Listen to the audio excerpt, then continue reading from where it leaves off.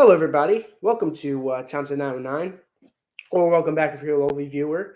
Today, me and Jason from Jason the Old Millennial, will be covering this wonderful album over here, Something Else by the Kinks. This is their fifth studio album. Uh, I'm just going to say it now. This is one of my all time favorite albums that just me in general. Before the last video, I really liked it, but this one really picks it up on the quality and yeah, I just got a lot better. Like the last album was really good, but this album's like really good. So that's just anything you like to say or add before we like to begin, Jason. Yeah. Again, I mean, it has one major song on it that I knew. That was about it. Coming to this album, and yeah, similar to the other ones, it's got that Baroque pop feel to it on a lot of songs, and there's even a little psychedelic in one of the songs I'll talk about. But uh, yeah, definitely going in that direction for the band. Definitely this. It's I don't know how to explain. It's like yeah, Baroque pop. It's pop, but it's very slow pop. It's not. There's maybe a couple upbeat songs, but not as many upbeat songs on this. I feel like, in my opinion. Yeah, I get that. Yeah, it's weird that they do like one psychedelic song for this album, and they do like one psychedelic song for the next album. The Kinks are the Preservation Society. That's it. They do another psychedelic song than that, but that's it. They don't do psychedelic music that often. They do it very rarely. But for me, when they do it, they actually do it very well. So it would have been nice to have like a for me that is it would have been nice to have like a full like psychedelic Kinks album, but Yeah, yeah, they never did that. It's no, for some reason or another, probably because Americans were really into psychedelic music and Ray Davies was like so against appeasing to them because they were banned from it. I guess they were just like so anti psychedelic because of that. I don't know. I mean, they did do two psychedelic songs, so I don't know. It's just the whole thing is just weird. But well, we'll find out whether you agree with me or not. But we'll get to that song when we get to that. But first song on the album is a very uplifting song called David Watts. What do you think of that song? yeah. It's another pretty good opener. I feel like the openers lately have been pretty good. Usually, they make it to my top five. uh, I think the last couple of albums they do a pretty good job with it. Yeah, it's more upbeat, I'd say, than a lot of the songs here. It begins with like a little bit of a talking. I don't know. There's like almost a conversation at the beginning, and then it kicks into the song. And I think there's a really nice piano here that's pretty catchy in it. And yeah, I don't know. The song is about wanting to be like David Watts, whoever that is, I guess. And yeah, I thought it was actually quite a good song. I forgot who it was based on, but there is this person that is actually called David Watts, and he may or allegedly he may or may not have been was trying to hit on Dave Davies, the Oh, okay, brother. That may or may not be true, so don't take me too accountable for that. If okay, proven wrong. I only heard it from a YouTube comment section, so take that with the tiniest grain of salt ever. I think this is one of the best songs on the album. So this one person said it perfectly. This like the Kinks. Let's spend the night together. Almost. It's kind of like that kind of uplifting song. It kind of reminds me of that yeah, too. That I listen to it. It's one of my favorite songs on the album. It's one of my favorite Kinks songs in general. It's just when I first heard this album and I heard this song, I'm like, yeah, I know this is gonna be a great album just by listening to that first song. And I agree. The first two, like the first three albums had either mediocre or bad openers. King Controversy, Kinks, and kind of Kinks. But these last two albums, though, really picked it up on the openers. Next song on the album is "Death of Clown." yeah. Very interesting song. I know you said this is one of. I think every song was like kind of written by Ray Davis, except for three. I think were Dave Davis songs, and this is one of the Dave Dave songs, or whatever. It sounds like they kind of took over producing the albums from I don't know whoever was doing it before, so they're kind of in total control here. And Shell it's Tommy, by the way. Sorry. what's that? Shell Tommy. He Yeah, also produced for The Who. yeah, yeah. It sounds like the song is kind of from the perspective of like a circus performer, like they're in a, because it seems like the lyrics talk about, you know, circus kind of stuff, like they're like a traveling circus maybe or something like that, and maybe a fellow clown in the circus died, and so they're all kind of almost like my feeling is like they're gathering around doing like almost this eulogy to this the clown that died, and so that's why it's called Death of a Clown. Uh, and yeah, I mean the highlight of the song is that chorus where it goes, "Let's all drink to a death of a clown." Like it's a really good chorus, real catchy. Uh, yeah, overall, yeah, really good song. One of my favorite on there. I'm so glad you enjoy it. It's one of my favorites. I love some of my favorite lyrics ever written by a Kink member, just in general. Uh, the old fortune teller is lying on the ground or dead on the ground. Nobody needs fortune told anymore.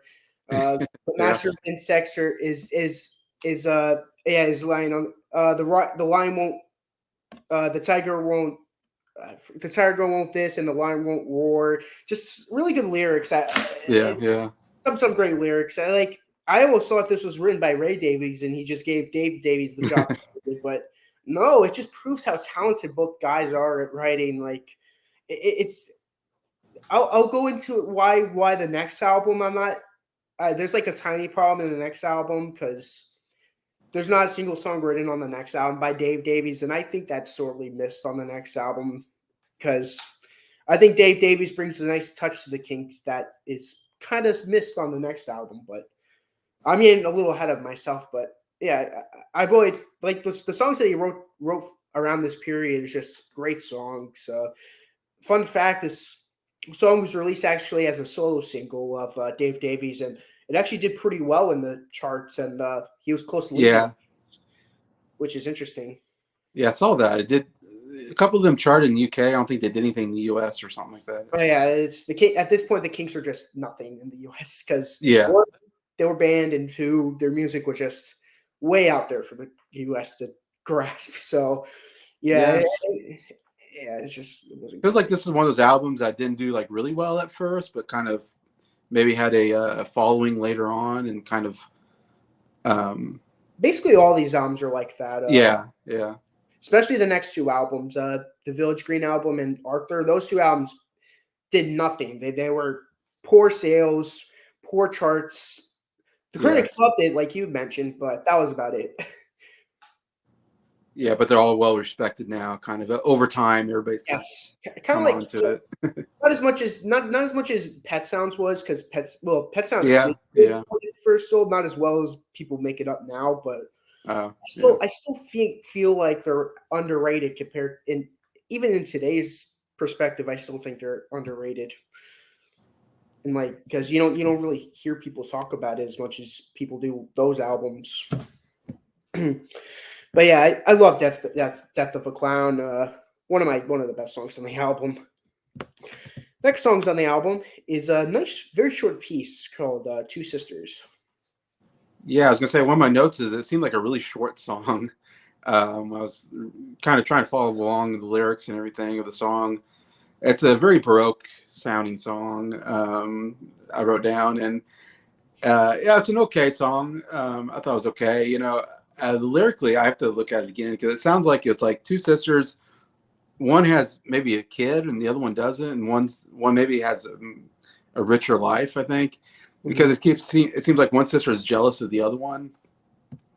But then I know I have to try again. I need to follow the story better. But it felt like at the end though, things got turned around where the sister wasn't jealous anymore because I think they had to take care of the kid or something like that. And then, then I don't know. It seemed like there's some kind of humor in there that maybe I was Mhm. trying to find that like there's some kind of storytelling there. It seemed like of the two sisters, like one not liking the other, but at the end wasn't jealous anymore. Oh yeah, you're right. There is a story, and you're right. Okay. You basically got the whole story right. Right. I love the lyric. She threw away her dirty dishes just to be free again. I always like that lyric. This lyric, the song is based on Dave Davies and Ray Davies' relationship as brothers. Oh, It's more or less just a song. It should have been, well, if you know the backstory behind the song, it's really two brothers, but he made it two sisters. Just so. okay. But yeah, I think it's a cool. I think it's one of my favorite songs on the albums. I'm a sucker for harpsichord. I'm a sucker for baroque pop. So Yeah, yeah. it's one of my favorites. Yeah, I'm a sucker for it. Next song on the album is a slower piece called "No Return." Yeah, this is one of the there's a couple of songs here that I'll get to that were probably some of my least favorite on the album. This is one of them. It's a little too slow moving. It was a little boring to me. Yeah, it was just too slow for me. So it was one of my least favorite. That's fair. This took me the longest time to get into. It's still not one of my favorites. It's probably my least favorite on the album still, but I've grown to love it over the years I've been listening to this album. Yeah, it definitely grew on me. It's not like anything I would really like. I wouldn't like put it on like a top like 50 like Kinks songs you have to listen to, but like it's good for what it is. It fits the album decently. The next song on the album is Harry Rag. Harry Rag. It sounds very British. That's my first thought was like, this has got to be like a British thing because I've never heard of Harry Rag, which is a cigarette, I think. Is that Yes. right? Yes. Okay. Because they kept talking about needing the Harry Rag or something or Mhm. yeah, it's a very strange term for American to hear. I don't know. Uh, but it's got this like super catchy chorus of like Harry Rag, or something like that. Something need my Harry Rag. Uh, yeah, overall, I thought it was a pretty good song. I think because that chorus, but it's an interesting one. I freaking love this song. When I first heard it, I'm like, what the heck is this about? And I looked it Yeah, up.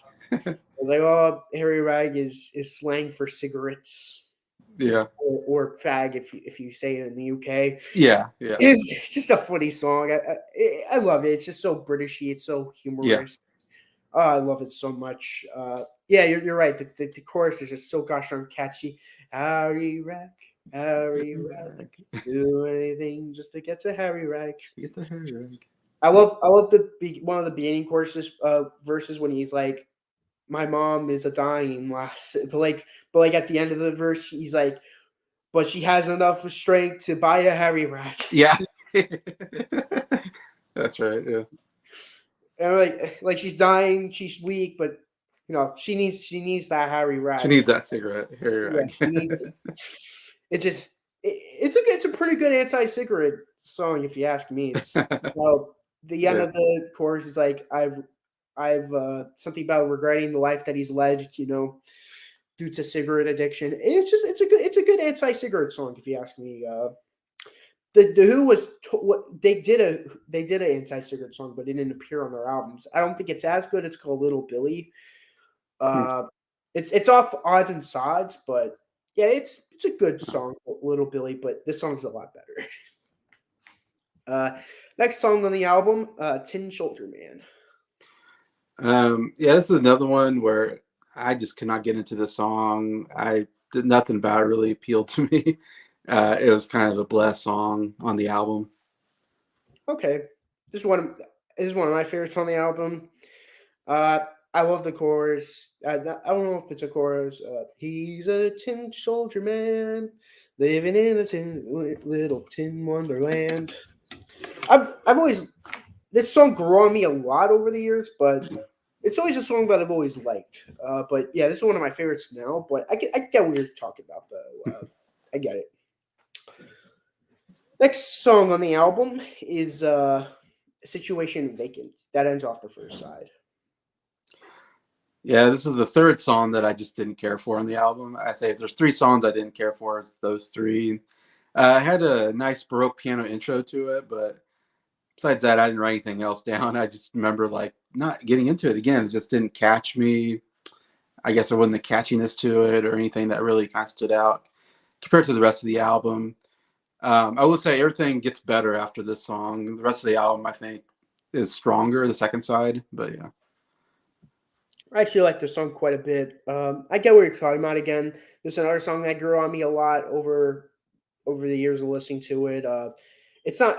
I would never say I'd never disliked it. I know you're saying not. You don't. I mean, compared to some of the weaker stuff that they made, this isn't bad. You're saying, but I get what you're talking about though. It's good, but it's not the best. Side two opens up with the awesome. This was the B side to "Death of a Clown." Okay. Love me till the sun shines. Yeah, this is one of the best songs on the album. It's very catchy. It's very more rocky, I think, compared to the rest of the album. More upbeat rock kind of. I really like the guitar. I thought the guitar was really good on this one. It really kind of drove the song. And there's some good harmonies in here as well. And yeah, it definitely was. Yeah, definitely one of my favorite on the album. Yeah, I love this song a lot. This is one of my favorites. I love the Hmm. lyrics.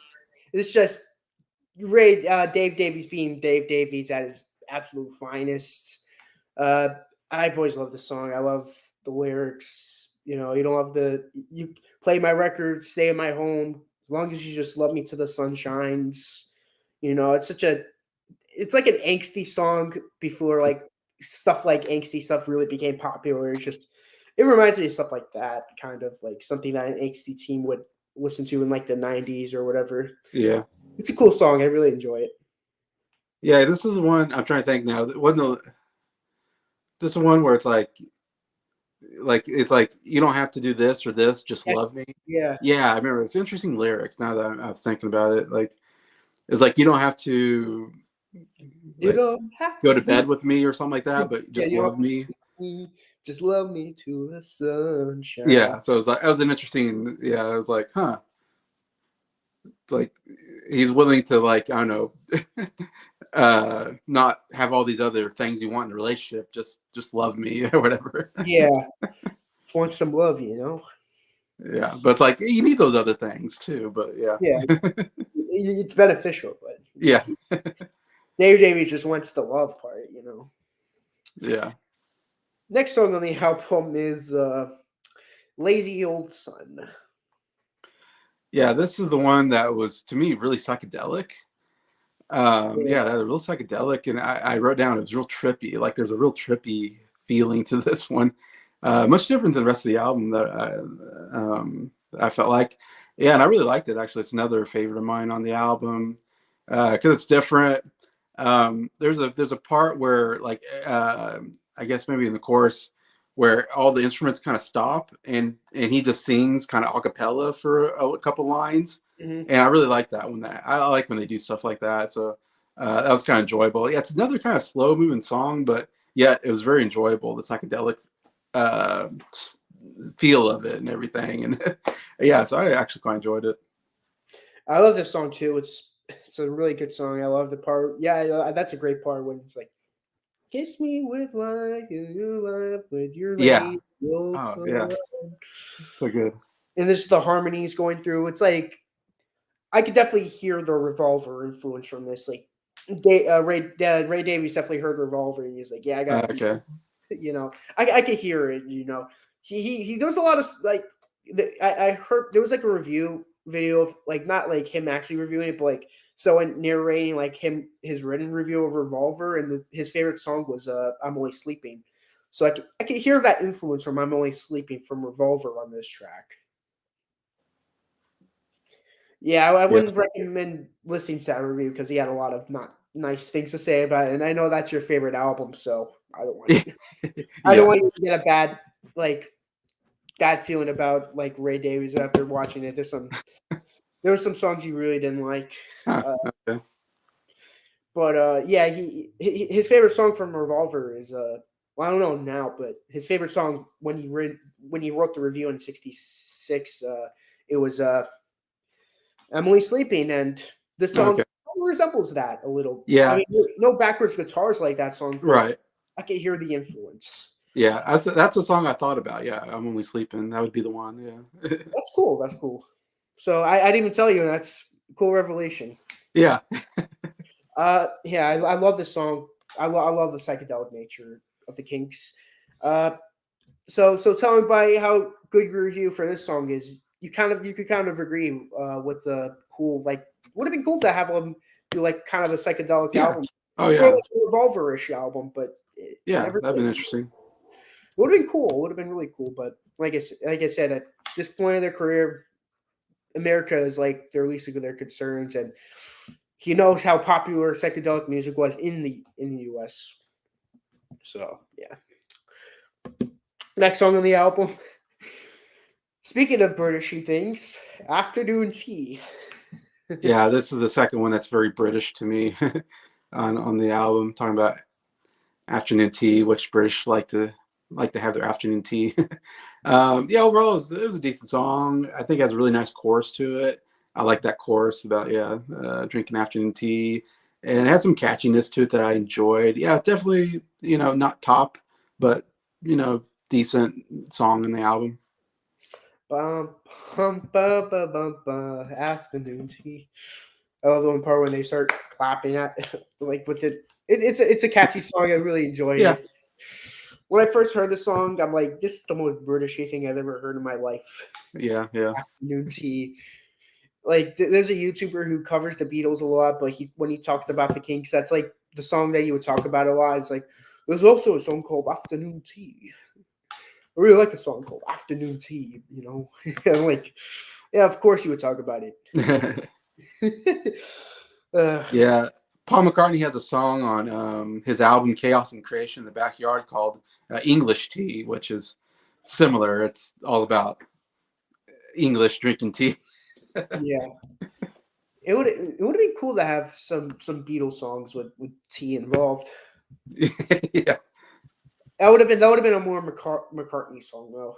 I can't imagine yeah, John at this time writing songs about tea. right. Yeah, He was so far gone with drugs at this point. He could care less about tea. yeah, He was writing songs about drugs. So yeah. More druggy songs. Yeah, more trippy. mhm. Next song on the album is "Funny Face," the third and last song written and sung by Dave Oh, Lee. but that's right. Yeah. Um, it was an okay song overall. I just wrote down that it had a really nice chorus to it that I liked. Um, but I didn't write much else than that. So I would say it's another okay song, not top tier, but it's okay. Yeah, I agree. It's probably my second least favorite from this album. Okay. It's good, but compared to some of these other songs, it just doesn't quite fit. Well, it's perfect for the album, but not as good, if you ask me. Next song on the album, "End of the Season." I really like the backing vocals on this one. I think it has some of the best backing vocals.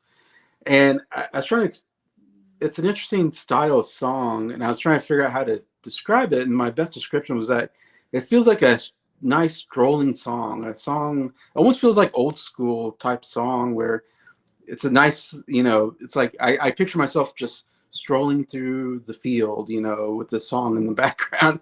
That's my feeling of it. It just had this old school to it. I don't know. It was different.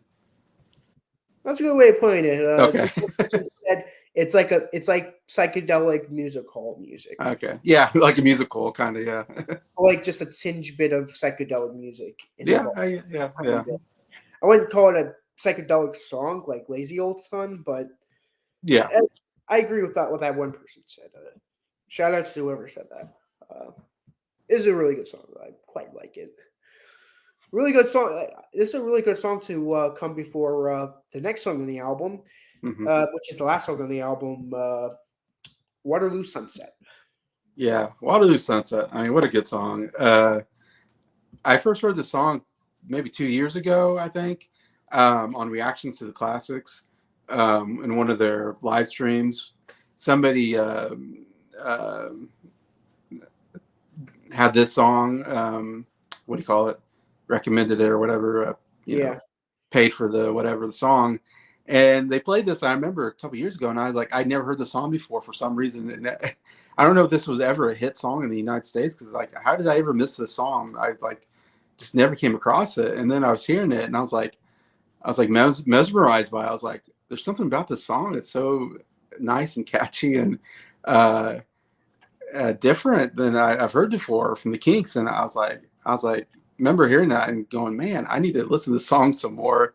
And I just kind of became obsessed with listening to it after that and going, wow, this is like one of the best songs that Kinks have ever done. And I don't know why I never heard of it before. So yeah, that really kind of was a nice like surprise, like, whoa, what is this song? And I'm sure people that are Kinks fans are like, they knew the song for a long time, or Yeah. like, duh, Jason, this has been a big song for a long time. And I'm thinking like, I've just discovered this song. I feel like recently. And yeah, again, it's one of my favorite Kinks songs. I knew it before when we got this album. I knew this was gonna be my favorite song on the album. I mean, it's just, it's different. I love the guitar. I think I mean, overall, just overall feel of the song is just really cool. But I just love that the tone of the guitar is interesting, and it comes in that bum bum bum bum bum bum bum bum bum bum bum bum bum or whatever. And it's like when that comes in, you're like, oh wow, this is like a really cool like little guitar. And some of the best, again, the backing vocals so good. I love hearing the backing vocals, kind of the oohs or whatever in the backs, Mhm. very high pitched. And then he's got that Ray Davis Waterloo Sunset, and it's got this like really nice catchy melody to it. There's something paradise, and I don't know, it's just a really like I guess I'd say like a nice laid back song that's just great melody, super catchy, and even I love when they get into the chorus and they kind of all sing together on that.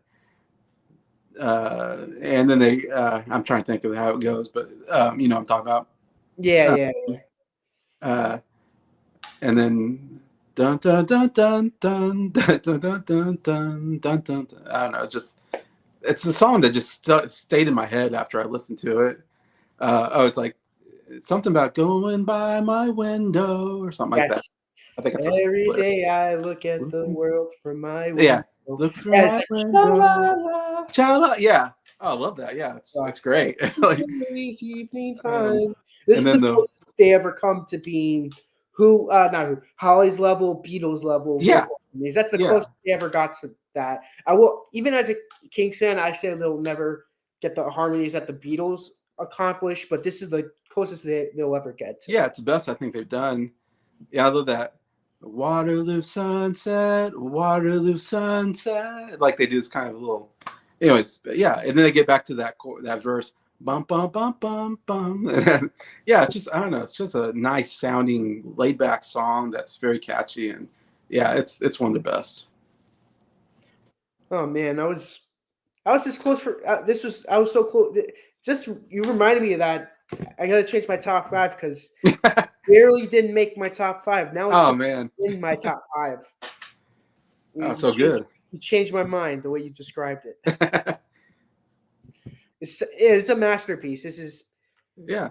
if this is the most popular song for a reason. This is just this is a masterpiece. I love Jason perfectly described this song. It's perfect. It's if there's a song from this album you gotta get to, this is the first song you gotta listen to. Everything else is awesome, amazing, but there's a song that you really gotta get from this. Listen to this. It's just it'll blow you away. Oh yeah, it's a must listen to Kinks, I think. Oh, it's a masterpiece. If there's a song on the radio that should be played more than Lola, it's this song. Yeah, exactly. Yeah, it didn't get enough play or something because I don't know why I never heard the song before until a couple years ago. I know. I don't know. I've never been the biggest fan of Lola. I don't know. Yeah, I that was a don't big get song how on the radio. I don't get how that song became so big and this song didn't. I mean, this song's very popular amongst King fans and even Uh-huh. some hardcore music fans could listen to this, but for the most part, like not many people, not even in today's standards, it doesn't get played that at all, really. So No, no. I agree, very underrated song. Love it, love it, love it, love it. What is your top five favorite songs? I'm actually curious about that. Yeah. Number 5, I went with Lazy Old Sun. Like I said, Mm. psychedelic one. Number 4, I went with Death of a Clown. Talked about how we like that one a lot. Number 3, I went with David Watts, the opener. I thought was really good. Really one of the catchier songs on here. Then number 2, Love Me Till the Sun Shines. Like I said, really, really good. And then number 1, of course, is Waterloo Sunset. No question. We share four of those top five songs. The only one is Surprisingly, you have Lazy Old Son. I'm surprised because Yeah.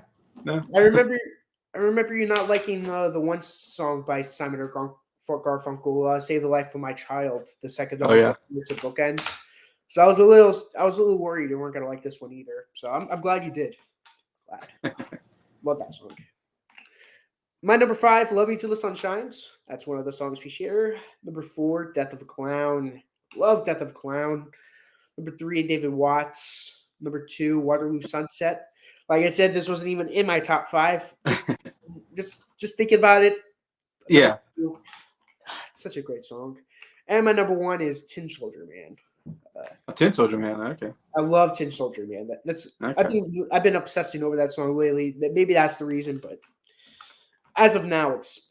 I mean, my top five for this album constantly changes. Like before going into this, like with the rough draft, my top five wasn't even these five songs. It was a completely different set of five songs. So Okay. it changes constantly. As for my honorable mention, I'll say Two Sisters would be my honorable mention. Uh, what would you rate the album from 1 through 10? Yeah, I'm giving this another 8 out of 10. I've given the last three albums 8 out of 10s. Um, they're all kind of solid albums. I would say I mean, this one obviously has the Waterloo Sunset. It definitely helps this album a lot because it's one of the best songs. And like I said, top five, pretty good stuff there. Like I said, there's three pretty weak songs on here for me that kind of hurt the album, I guess, and doesn't go up higher like you give it. I know you give it like a really good score, but um, my uh, my hot take really is that my favorite album is King Controversy. um, Oh that's the wow. one I still actually like the most so far, Okay. which may be a hot take for a lot of people. I don't know. Well, probably for a lot of diehard Kings fans. Yeah, yeah, I love controversy, so you'll never get me upset with saying that. Maybe if you said like, "Oh, my big hot take is my favorite album by them is Kinks, the debut," yeah, I'd be like, "No, Jason, you're crazy for yeah. That'd be saying crazy. that. No way no way you're saying these albums are as good as that." Um, but what was the album before this one? Face to face. Face to face, yeah. To me, King's Controversy, Face to Face, something else are all around that same.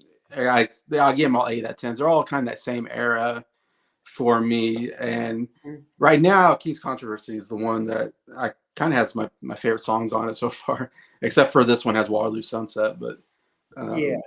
besides that, yeah. I mean, yeah, it's I don't know how to say it. It's like it's not it's at the 8. It's like it's which is still a good score for me. It's like it's a really solid Mhm. album. It's got some good stuff here. I don't know. It needs a couple more stronger songs to get it up to that 9. I think it's almost there, but it's not there yet for me on the Mhm. Kinks. You think the next album might do that? You think it might surprise you and bring you to a 9 out of 10, or? It could. I need to listen to. I listened to it once, and I need to listen to it more to really. I feel like I have to listen to the Kinks album at least twice to really get into it for Yeah, some reason. yeah, that was me with with that album. But once I got into their sound, like I didn't have to listen to it more than once. That album and Face to Face I had to listen to twice in order to get it. This album and Arthur I listened to once and understood how great they were. But I get it though. The Kinks, Like, they're very different sounding. They're you know yeah, here's it the Beatles and even the Stones. Just very different, very very different. like I don't know. To compare it to like I was listening to Supertramp albums yesterday, Yeah, and I listened to what was it called? Crime of the Century. Yeah, that one, and then Crisis. What crisis? yeah, Crash with Crisis, which I liked quite a bit. I gave that out of 10. Saw the one, then the next one just blew me away. Oh yeah, I love that album. Uh, Even in the quietest moments. Even the quietest moments. I listened to that for the first time, blew me away. Gave it a 9.5 on first listen. I mean, that's pretty good on first listens. I don't usually give that high of a score, but I was listening to like, so I don't know, it's weird. Some albums I'll listen to and I go, hey, it's okay, and then I have to listen to some more to get maybe it gets better the more times I listen to it. And Mhm. then some albums I listen to the first time and I'm like, man, this was great. Like I don't know how that is, but it just hits you right. Yeah, it's like that. It's like that for me for different artists. Like with the Kinks, there were some albums that I listened to more than once. Some bands I just listened to the album once, like you, and I'm just like, whoa, this is amazing. Yeah, Biggest, I'd say the biggest example of that would probably be the Hollies. Like listening to my three favorites from them, just listening to them for the first time, especially for certain because listening to that album for the first time, it's just one amazing pop song after another. So I get what you're talking about. My score, well, this could be a little spoiler. I'm not going to say the words on it on my list, but since it's in my top 25 albums, I'm going to give it an 11 out of 10. My top 25 albums are super special to me, so I give it that extra point than 10. So that's going to be a little bit of a spoiler. Might be at number 25. It might be at number one. Who knows? You better not guess number one, you audience, because you know my favorite album. yeah, we know that one. If you say, unless you don't know me, you have to know my favorite album of all time at this point. But thank you guys for watching this video. Any last words you want to say? No, just again another solid outing by Kings. I feel like their albums are all kind of going to be this really solid to good range here. Next couple albums. I'm hoping. I'm looking forward to listening to them. Yeah, yeah. It's not. It's. I'm glad you're enjoying them because some people could be really appalled by this sound. You could be like, this is Yeah. horrible. 4 out of 10. You know. So some people don't it always depends on taste. I'm glad you enjoyed it though. This is a really really good album. Next album we're gonna be reviewing is the Kinks are the Village Green Preservation Society. The big This one. last album with their original four members. Okay. Peter, like I said, Peter Quaife leaves. The bassist. But super excited to review that album. Mm-hmm. I can tell you are. It's great. See you guys in the next video. So long.